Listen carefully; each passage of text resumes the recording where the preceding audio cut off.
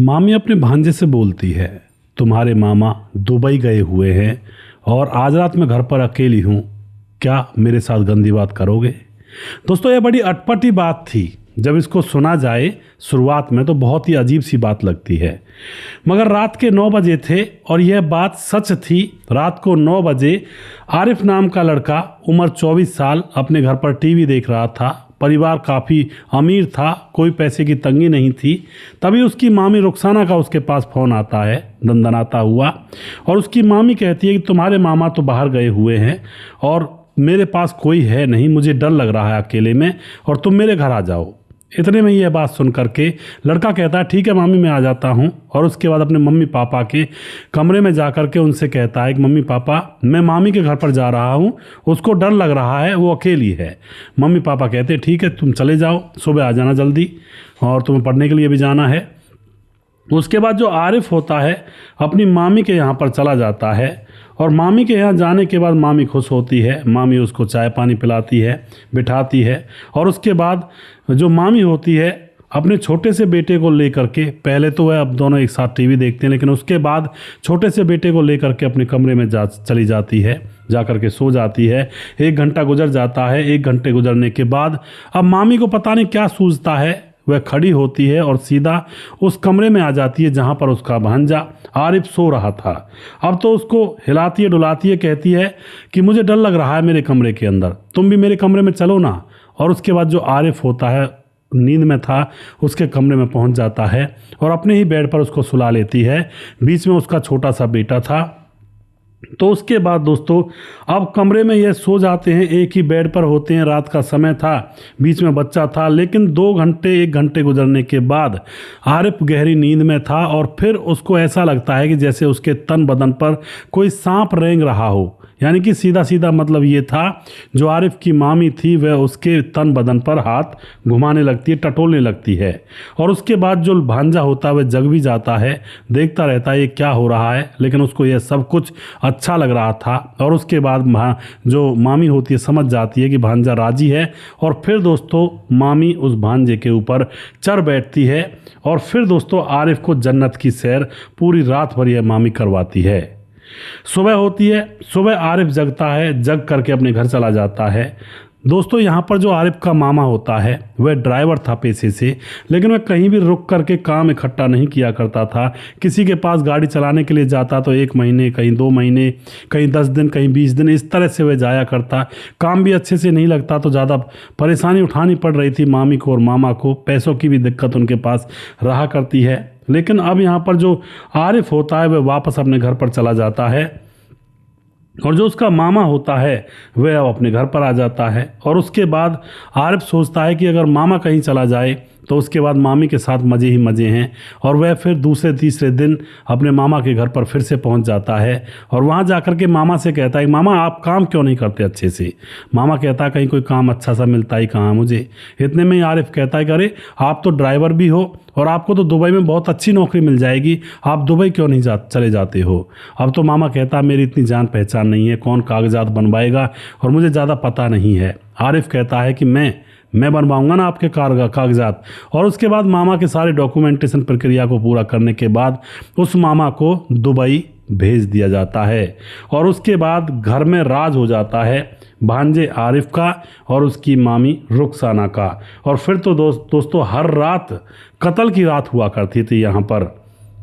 मामा के जाने के बाद फिर यहाँ पर जो कर्म कांड होते हैं, एक हत्या भी होती है, और पूरी कहानी को जानेंगे कि किस तरह से जो लोग अपनी बीवियों को छोड़ करके विदेश कमाने के लिए निकल जाया करते हैं, उनके घर पर पीछे से कैसा कैसा काम होने की संभावनाएं पैदा हो जाती हैं। जो औरतें बिल्कुल सीधी होती हैं, कई बार वह भावनाओं के बहाव में बह करके ऐसे ऐसे कुकृत्य कर जाती हैं जिनके ऊपर विश्वास करना भी मुश्किल हो जाता है। पूरी कहानी सुनिएगा, बहुत ही रोचक कहानी है और जानकारी से भरपूर है और एक सीख देकर जाने वाली कहानी है। नमस्कार, मैं हूं सुदेश कुमार और तिरछी बात चैनल में आपका स्वागत है। दोस्तों यह घटना मेरठ के अंदर घटित होती है। उत्तर प्रदेश का मेरठ जो पड़ता है, जहां पर अहमद नाम का एक शख्स रहा करता है। वह अपने बहन भाइयों में तीसरे नंबर का था और उसकी उम्र होती है 26 साल। ज़्यादा पढ़ा लिखा नहीं था और वह ड्राइवर ही सीख लेता है। वह इधर उधर गाड़ियां चला लिया करता, थोड़ा बहुत खर्चा निकाल लिया करता। उसके घर वाले उसकी शादी करवा देते हैं अपनी ही किसी रिश्तेदारी में से, और रुखसाना उसकी पत्नी बन करके उसके घर में आती है। और जैसे इन दोनों की शादी होती है तो शादी के बाद एक बच्चा भी हो जाता है। लेकिन यह कमा नहीं पा रहा था टाइम टू टाइम। अब यह करे भी तो करे क्या। अब यह सोचता है, क्योंकि यह मेरठ के ग्रामीण इलाके में था, यह सोचता है क्यों ना मेरठ चलें। वहाँ पर अहमद की बहन भी थी, चचेरी बहन, उसके वहाँ पर जा कर के कोई कमरा ले लेंगे, वो हमें कमरा दिला देंगे। यह सोच करके अहमद अपनी पत्नी रुखसाना को और अपने बेटे को साथ लेकर के पहुंच जाते हैं मेरठ गांव से मेरठ की तरफ। और वहां जाने के बाद दोस्तों जाकर के वह अपनी चचेरी बहन के घर पर जाते हैं। और वहाँ जैसे ही चचेरी बहन के घर के अंदर घुसते हैं तो जो रुखसाना होती है, चचेरी बहन यानी कि ननद के घर को देख करके चकाचौंध हो जाती है। ये कितने अमीर लोग हैं, कितना पैसा इनके पास होगा। बड़ी बड़ी गाड़ी और बहुत अच्छा बंगला था, हर चीज़ एकदम से एक नंबर थी, यानी कि ऊंचे ऊंचे ब्रांड की चीज़ें थी। यह देख करके रुखसाना को तो बस कहते हैं ना, एक तरह से कलेजा बैठा सा हो जाता है कि काश मेरी भी शादी किसी ऐसे के साथ हुई होती जिसके पास काफ़ी पैसा होता। मेरा पति तो निठल्ला है, खाली पड़ा रहता है, काम धाम ये करता नहीं है और बस गरीबी में हमारा समय गुजर रहा है। इस तरह की उसके मन में ख्याल चलने लगते हैं। और वहीं पर उसकी मुलाकात होती है जो इसकी ननद का लड़का होता है, जिसका नाम होता है आरिफ, और उसकी उम्र होती है 24 साल, जो कि इस रुखसाना से सिर्फ 1 साल छोटा था। वह देखने में बहुत ही सुंदर और बहुत ही अच्छे अच्छे ब्रांडेड कपड़े उसने पहने हुए थे। रुखसाना उसके ऊपर मोहित तो हो जाती है। लेकिन अब बात दूसरी चलती है। जो यह आदमी होता है अहमद, यह अपनी चचेरी बहन से कहता है कि हम यहीं पर मेरठ के अंदर ही रहेंगे, कोई किराए का हमें कमरा दिला दीजिए। तो इसकी बहन जीजा और वो जो इसका भांजा था आरिफ, वह इनको एक कमरा दिला देता है। घर एक बरामदा था, उसमें एक कमरा था और आगे छोटा सा आंगन था, उसमें ये रहने लगते हैं। किराए का मकान था। अब दोस्तों यहाँ पर रह करके जो अहमद होता है गाड़ी पर जाने लगता है, लेकिन यहाँ पर भी उसका यही हाल था। किसी के यहाँ पर 2 महीने काम करता, किसी के यहाँ पर 1 महीना काम करता, इसी तरह से उसका काम धाम यहाँ पर चल रहा था। और एक दिन की बात है दोस्तों, जैसा कि मैंने आपको कहानी के स्टार्टिंग में बताया, जो रुखसाना थी वह अपनी ननद के लड़के आरिफ के ऊपर मदहोश हो चुकी थी। अब एक दिन की बात है, जो इसका पति होता है अहमद, वह तो आने वाला था नहीं, किसी के यहाँ पर ड्राइवरी पर गया था। रात को अकेली रहने वाली थी रुखसाना। रुखसाना को डर लगता है और पता नहीं उसके मन में कौन कौन से विचार पनप रहे थे। और अब वह अपनी ननद के लड़के आरिफ के ऊपर फ़ोन कर देती है, कहती है कि मेरे पास आ जाओ, मुझे डर लग रहा है। आरिफ अपने माँ बाप से पूछकर इसके पास आता है। रात को ये दोनों एक कमरे में सो जाते हैं, बीच में बेटा था। और फिर यह रुखसाना उस आरिफ के ऊपर हाथ फेरने लगती है और इन दोनों के संबंध बन जाते हैं। और अब तो दोस्तों उसके बाद जो आरिफ होता है लड़का भांजा, वह अपने मामा को अहमद को सऊदी भेजने का पूरा इंतजाम कर देता है और फिर उसको वहाँ से भेज दिया जाता है। घर पर रह जाती है अकेली रुखसाना मामी और ये आरिफ यहाँ पर रह जाता है। आरिफ के मम्मी पापा भी ये कहा करते हैं भाई वो तुम्हारी मामी अकेली है, उसको किसी सामान की ज़रूरत हो तो तुम वहाँ पर पहुँचा दिया करना। यानी कि घर वालों को भी कोई ऐसा वैसा अंदेशा नहीं था। अब तो यही मामला यहाँ पर चलने लगता है दोस्तों। जैसे ही आरिफ का मामा सऊदी चला जाता है, उसके बाद आरिफ आकर के रुखसाना के साथ मौज मस्ती किया करता और उसी के साथ रात को कई बार घर वालों से बहाना बना करके कि मैं अपने दोस्त के यहाँ पर जा रहा हूँ, रात को भी वहीं पर गुजारता। कई बार दिन में तो वह आता ही आता था, कई बार रात को भी रुक जाया करता। इस तरह से अब यहाँ पर हर एक रात कत्ल की रात और हर एक रात रंगीन रात होने लगी थी और दिन भी रंगीन होने लगे थे। लेकिन दोस्तों वही कहते हैं ना, पाप का घड़ा जब भरता है तो वह फूट जाया करता है। अब क्या होता है, 23 जून का दिन आता है। 23 जून की शाम के समय अंधेरा हो चुका था। जो आरिफ होता है वह अपने घर वालों से कहता है कि मम्मी पापा मुझे एक दोस्त की शादी, मतलब दोस्त की जन्मदिन की पार्टी में जाना है। तो माँ बाप कहते हैं जल्दी आ जाना, चले जा। तो वह वहाँ से निकल जाता है और उसके बाद वह रात भर नहीं आता है। माँ बाप इंतज़ार करते करते सो जाते हैं, लेकिन सुबह जब जगते हैं सुबह भी नहीं आता है। उसका फ़ोन ट्राई किया जाता है, फ़ोन स्विच ऑफ था, दोपहर तक नहीं आता, शाम हो जाती है, वह आता ही नहीं है। घर वाले बहुत ज़्यादा परेशान हैरान और भाई कहाँ चला गया आखिर। तो इस तरह से घर वाले बहुत ज़्यादा परेशान रहते हैं। उसके बाद रुखसाना के पास जाते हैं, उनसे पूछते हैं कि भाई तुम्हारे पास तो नहीं आया आसिफ, लेकिन रुखसाना कहती है मेरे पास तो वो कल से आया ही नहीं है। उसके बाद ये सीधा पुलिस में जाते हैं, FIR दर्ज करवाते हैं। पुलिस FIR दर्ज करने के बाद कॉल डिटेल्स खंगालती सबसे पहले। तो कॉल डिटेल्स से पता चलता है कि इसके तो काफ़ी लड़के दोस्त हैं, काफ़ी लड़कियाँ दोस्त हैं, कॉलेज वगैरह जाया करता था तब के फ्रेंड हैं। तो अब यहाँ पर उन सबसे पूछताछ की जाती है तो पुलिस को कोई क्लू मिल नहीं रहा था। और उन कॉलेज के लड़के लड़कियों या जो दोस्त थे उनके साथ साथ रुखसाना मामी का नंबर भी उस कॉल डिटेल्स में निकलता है। तो जब उसके नंबर के बारे में पूछा जाता है घर वालों से कि रुखसाना कौन है, तो घर वाले यही कहते हैं कि ये तो हमारे लड़के की मामी है और यह मामी अकेली रहती है, तो उसकी देख रेख करने के लिए जाता है। और उसके बाद मामी से भी पूछा जाता है। मामी बोलती है मेरे पति तो दुबई में रहते हैं और दुबई में रहकर नौकरी करते हैं, तो यह आरिफ ही मेरी देखभाल करता है। मुझे कोई सामान चाहिए होता है तो यही ला कर देता है, इसी के भरोसे मैं यहाँ पर रहती हूँ। अब तो दोस्तों पुलिस भी समझती है कि भाई ये तो घर का मामला है, यहाँ पर क्या हो सकता है। लेकिन अब पुलिस अपनी दूसरी पारी खेलती है और जो जहाँ पर मतलब ये लड़का गया था उसके बारे में पूछताछ करने लगती है। अब दोस्तों यहाँ पर पुलिस अपना दूसरा पैंतरा अपनाती है। जो यह लड़का था और इसकी लास्ट लोकेशन पुलिस निकालती है।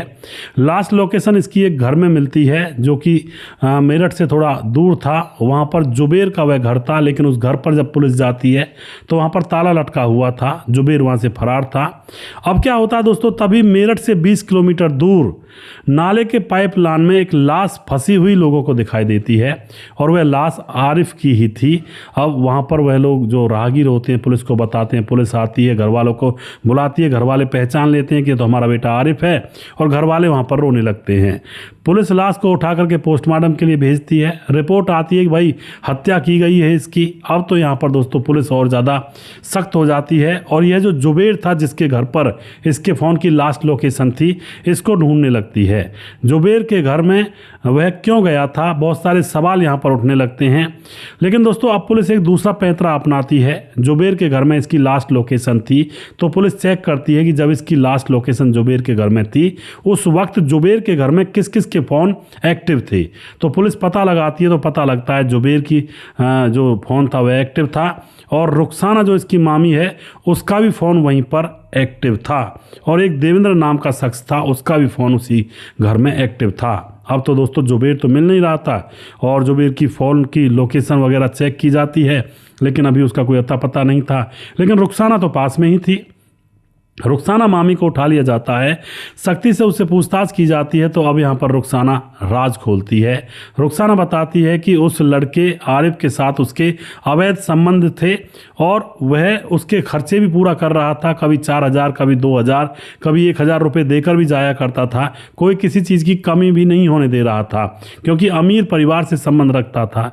मगर दोस्तों एक कहावत है, एक कसाई के हाथ एक ऐसी मुर्गी लग जाती है जो सोने का अंडा दिया करती थी, लेकिन वह रोज़ एक ही अंडा देती थी। कसाई के मन में आता है कि यार ये रोज़ एक ही अंडा देती है, क्यों ना मैं इसको मार करके इसके अंदर के सारे अंडे निकाल लूँ। ऐसा ही मामला यहाँ पर होता है। रुखसाना के साथ ऐसा ही काम हो रहा था। उसको जो आरिफ है वो कभी 2,000 कभी 4,000 रुपये दिया करता था। रुखसाना को लगता है कि ये बहुत अमीर हैं, क्यों ना यहाँ पर कोई ऐसा कदम उठाऊं कि जिससे 10-20 लाख एक ही झटके में मेरी जेब में आ जाएं। अब तो यह पूरी प्लानिंग रुखसाना की थी। रुखसाना का एक पुराना यार लौट आता है उसके जीवन में। पुराना यार कौन था? पुराना यार वही जुबेर था जिस घर में इस आरिफ की लास्ट लोकेशन बोली थी, क्योंकि जुबेर उसका पहला जब पढ़ाई लिखाई का टाइम था उस टाइम का इसका आशिक था और एक दिन उससे मुलाकात हो जाती है और ये दोनों आपस में मिलने लगते हैं। आरिफ काफ़ी पैसे वाला था, ये जो लड़का था इसका भांजा। तो इस बात को रुखसाना अपने पुराने यार जुबेर को भी बताती है। जुबेर को बताती है मेरा अवैध रिश्ता उसके साथ है। तो जुबेर को इस बात से कोई फ़र्क नहीं पड़ रहा था। वह कहता है कि मुझे इस बात से कोई फ़र्क नहीं पड़ता। उसके बाद जुबेर कहता है कि एक प्लानिंग करते हैं, क्यों ना एक पैसे एक झटके में निकाले जाएं। तो जुबेर प्लानिंग करता है और उसके बाद कहता है कि आरिफ तुम्हारे कंट्रोल में है, यानी कि तुम्हारा भांजा तुम्हारे कंट्रोल में है। जैसा तुम कहोगी वहाँ पर वो आएगा, उसको किडनैप कर लेंगे और फिर परिवार से पैसे मांग लेंगे और उसके बाद उसको छोड़ देंगे। प्लानिंग यहाँ पर ये थी कि उस आरिफ के साथ साथ उसकी मामी को भी किडनैप करना था और इन दोनों को किडनैप करके, और जो जुबेर था वह अपने मुंह पर मास्क लगाता, उसके साथ एक और आदमी होता वह भी मास्क लगाता, इन दोनों को किडनैप कर लिया जाता, फिर पैसे मांगे जाते और उसके बाद मामी और इस आरिफ को छोड़ दिया जाता। लेकिन अंदर ही अंदर उनकी प्लानिंग यह चीज़ की हो चुकी थी। अब क्या होता है दोस्तों, रुखसाना पूरी प्लानिंग करती है और प्लानिंग के तहत रुखसाना अपने घर पर एक लड़की को बिठा कर रखती है, और जैसे ही आरिफ उसके पास मिलने आता है तो एक और लड़की घर में थी और आरिफ उसको देख करके मोहित हो जाता है। रुखसाना पहले से प्लानिंग में थी, उसको शायद पैसे वगैरह दिए होंगे और फिर आरिफ के साथ उसके संबंध बनवा देती है। अब तो आरिफ को उसका चस्का लग गया था कि ये तो जवान लड़की है, बड़े मज़े से इसके साथ मैं आया हूँ, आज बहुत मज़े आए हैं। और फिर दोस्तों दोबारा दूसरे दिन आरिफ आता है, कहता है उसी लड़की से मिलना है मुझे, मामी जी उसी के साथ संबंध बनाने हैं। तो उसकी मामी कहती है कि भाई तुम कंट्रोल नहीं हो रहे तो ऐसा करो, तुम ऐसा करो मेरे साथ चलो, मैं उसी लड़की के घर पर तुम्हें ले चलती हूँ। और फिर उसको जुबेर के घर पर ले आती है। दोस्तों जुबेर के घर पर पहले से जुबेर था, उसका दोस्त देवेंद्र था, दोनों ने मास्क लगाया हुआ था, चेहरे पर चेहरे को ढका हुआ था। और यह लोग जब वहां पर पहुंच जाते हैं तो वह दोनों इन दोनों को कंट्रोल करने लगते हैं। और जो रुखसाना होती है, जो मामी होती है, वह तो कंट्रोल में हो जाती है क्योंकि भाई वह तो पहले से प्लानिंग में शामिल थी। लेकिन जो ये लड़का होता है आरिफ, यह उनके कंट्रोल में आ नहीं रहा था और इसको कंट्रोल करने के चक्कर में कोई चोट ऐसी लग जाती है आरिफ की, वहीं पर तड़प कर मौत हो जाती है। अब तो यह घबरा जाते हैं कि यह क्या हो गया। और उसके बाद दोस्तों अब यहाँ पर ये फिरौती भी मांगे तो कैसे मांगे, इसकी तो मौत हो गई है और ये तो बहुत बुरा बवाल मच गया है। अब तो जल्दबाजी में दोस्तों जैसे इन्होंने आरिफ की हत्या कर दी होती है तो लाश को 20 किलोमीटर दूर नाले के पाइप में डाल देते हैं और मामी अपने घर पर चली जाती है और यह जुबेर घर से फरार हो जाता है।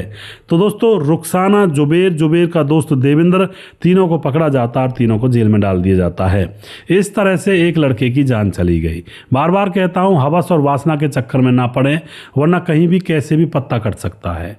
और सबसे पहली बात, जो रुखसाना का पति था उसको छोड़कर दुबई चला गया कमाने के लिए, भाई पत्नी को सुख दूंगा। अरे उसको क्या पता पत्नी को कौन सा सुख चाहिए। पत्नी को सबसे पहले शारीरिक सुख चाहिए और दूसरे नंबर पर चाहिए पैसों का सुख। तो कहीं देश में ही रह करके कोई काम धंधा कर लेता या यहीं पर कोई ड्राइवरी कर लेता तो ये कांड ना होता। अब यह रुखसाना जेल में रहेगी, इसका पति दुबई में पड़ा हुआ है और जो भांजा था आरिफ, उसकी मौत हो चुकी है। किस तरह से दो परिवार तो ये है, एक तो आरिफ का परिवार और एक रुखसाना का परिवार और एक ऊपर से उस जुबेर का परिवार और चौथा परिवार देवेंद्र का परिवार। 4 परिवारों को ले डूबी सिर्फ एक वासना। इसीलिए कहता हूँ वासना का खेल बहुत ही खतरनाक होता है, इससे बचकर रहें वरना कुछ भी हो सकता है। आप क्या कहना चाहोगे दोस्तों? एक बात यहाँ पर मैं ये कहना चाहूँगा, भैया पत्नी को अकेला छोड़ करके कमाऊ पूत ना बने। कोई जो दुबई चला जाता है, कोई कहीं किसी शहर में चला जाता है पत्नी बीवी बच्चों को छोड़ करके, वो भी अकेला, और तो बहुत गड़बड़ हो सकती है पीछे से। मेरा कहने का मतलब यही है, बाकी आप खूब समझदार हो और जो भी हो सकता है। दोस्तों वीडियो के लास्ट में कुछ भाइयों के नाम जरूर लेना चाहूँगा जो हमारे वीडियोस को देखते हैं और हमें खूब सपोर्ट करते हैं। हमारे साथ हैं नीतीश पासवान, बोधगो गिरडी, झारखंड से कमेंट करते हैं, बहुत बहुत धन्यवाद करते हैं भाई का। और उसके बाद दया शंकर सिंह राजपूत ठाकुर यूपी 43 गोंडा से कमेंट करते हैं। वनराज नामदेव कोहली कमेंट करते हैं। रामलाल कुशवाहा जिला विदिशा पुरानिया बिहार से कमेंट करते हैं। रवि प्रकाश कमेंट करते हैं। शौकत अली दिल्ली से कमेंट करते हैं। कालीचरण उड़ीसा से कमेंट करते हैं, फिलहाल गोवा में रहते हैं। परवीन चौधरी राजस्थान से हैं, फिलहाल बेंगलुरु में रहते हैं। सैफुल मलिक कमेंट करते हैं। और उसके बाद हमारे साथ राम थापा नेपाल से कमेंट करते हैं। उसके बाद सजनी साजन राजपूत कमेंट करते हैं। और उसके बाद हमारे साथ आर्यन खान हैं, स्वपंडे हैं, राम गोसाई मरवे लगातार कमेंट करते हैं, बहुत सुंदर स्टोरी भाई जी। सूरज डियो फिजी से कमेंट करते हैं, Reena is a good teacher. और सजनी साजन राजपूत, और क्या आप मेरी इस खबर को सुनाएंगे? फेसबुक पर, सोशल मीडिया पर इसी 19 फरवरी की कोई खबर है, तो कौन सी खबर है संजनी साजन जी, आप बताएं वो खबर कौन सी है और उसको आप मेरे मैसेंजर में भेजें और जिससे कि मैं उसको पढ़ सकूं। और उसके बाद हमारे साथ हैं स्वपंडे। उसके बाद मोनू जेठानी कमेंट करते हैं, मनोज जेठानी जिनका नाम है सिंधे, और सर आप मेरा नाम ज़रूर ले लेना। तो इनकी आईडी का नाम है मनु जेठानी और नाम है इनका मनोज भाई सिंधे। तो मैंने आपका नाम लिया है जी। उसके बाद मोनू जैन हमारे भाई लगातार कमेंट करते हैं। और जी समाधान पाटिल जलगांव महाराज से कमेंट करते हैं। और उसके बाद हमारे साथ मुकेश कुमार यूपी तरासी से कमेंट करते हैं। राधेश्याम शर्मा सिरसी जयपुर राजस्थान से, राजकिशोर चौरसिया महाबलेश्वर महाराज से, और छगनदास खाडाबांध राजस्थान से दुर्योधन भाई कमेंट करते हैं। सुशील चौधरी हमारे भाई लगातार कमेंट करते हैं। और अभी भी जिस भाई का नाम रह गया उस भाई का नाम अगले वीडियो में ज़रूर लूँगा। अगला वीडियो बहुत जल्दी फिर से लेकर आऊँगा। तब तक आप खुश रहें, सावधान रहें। जय हिंद, जय भारत।